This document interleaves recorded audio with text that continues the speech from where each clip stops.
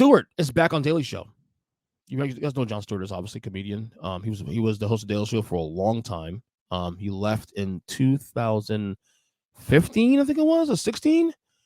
Thing was right before Trump got elected, and it was sad because Jon Stewart is a voice. I said even back then, and now granted, I wasn't somebody that watched Jon Stewart all the time back then. Like I watched him periodically. I was a fan, but I was never somebody I watched the Daily Show every single day. Because honestly, when he at a peak of his powers, I was not the biggest TV watcher in the world either.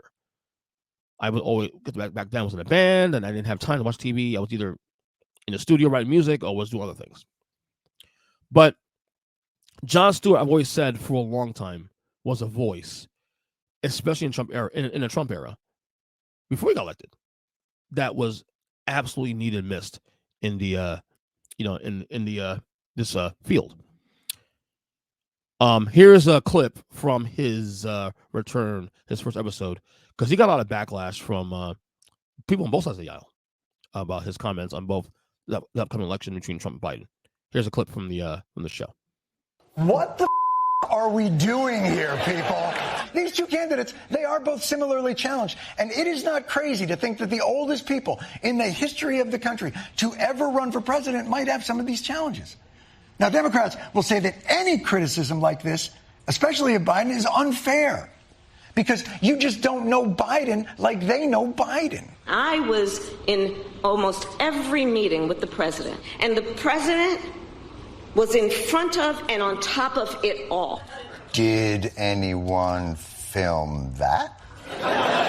So when it comes to Republicans, they've got a different strategy for their 77-year-old candidate. Well, first of all, Donald Trump is not an old man. He's an old man. He is objectively an old man. They are the oldest people ever to run for president, breaking by only 4 years the record that they set. I heard that Democrats were mad at Jon Stewart for his criticism of Biden. This stuff was milquetoast. What are you talking about? And the fact that Jon Stewart is able to call out both sides is what I like to see. Now, does Jon Stewart have a lean? Yeah, he's definitely a lot more liberal. But that doesn't mean that the liberal side or the Democratic side, the left side is safe from criticism from Jon Stewart or any other comedian. That's bullshit. And again, this right here, and I watched the episodes. He's 2 episodes in. He's only on Mondays now. He's only on Mondays on the show. So I watched both episodes today.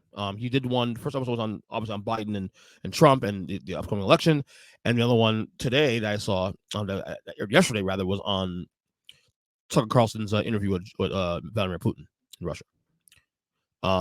Look, he's a voice we need. He's a voice that we all need. We needed his voice in 2016. We needed his voice throughout the Trump era between 2017 to 2020. He's a voice we needed in 2022, 2020. I'm glad we got it now. Better late than never. And it's funny. At first, I was kind of like sad that we're only gonna get Jon Stewart for once a week. But honestly, I'm okay with it because I feel like less is more. I feel like his commentary once a week will have more impact because it's once a week. You're going to look forward to that Monday show every week as opposed to him being there every single day. It gets watered down. You're going to have the same old, and then it'll lose. And the commentary will actually lose its impact day to day. As great as he is, this is natural. So at first I was like, once a week, that sucks. But no, I think once a week is actually smart. Same reason how I watch Bill Maher or how I watch John Oliver. Like, I'm glad they're not every day because you kind of want less is more. You know what I'm saying? You get burnt out watching the same thing over and over again. So yeah, I'm okay with him being on once a week, honestly. So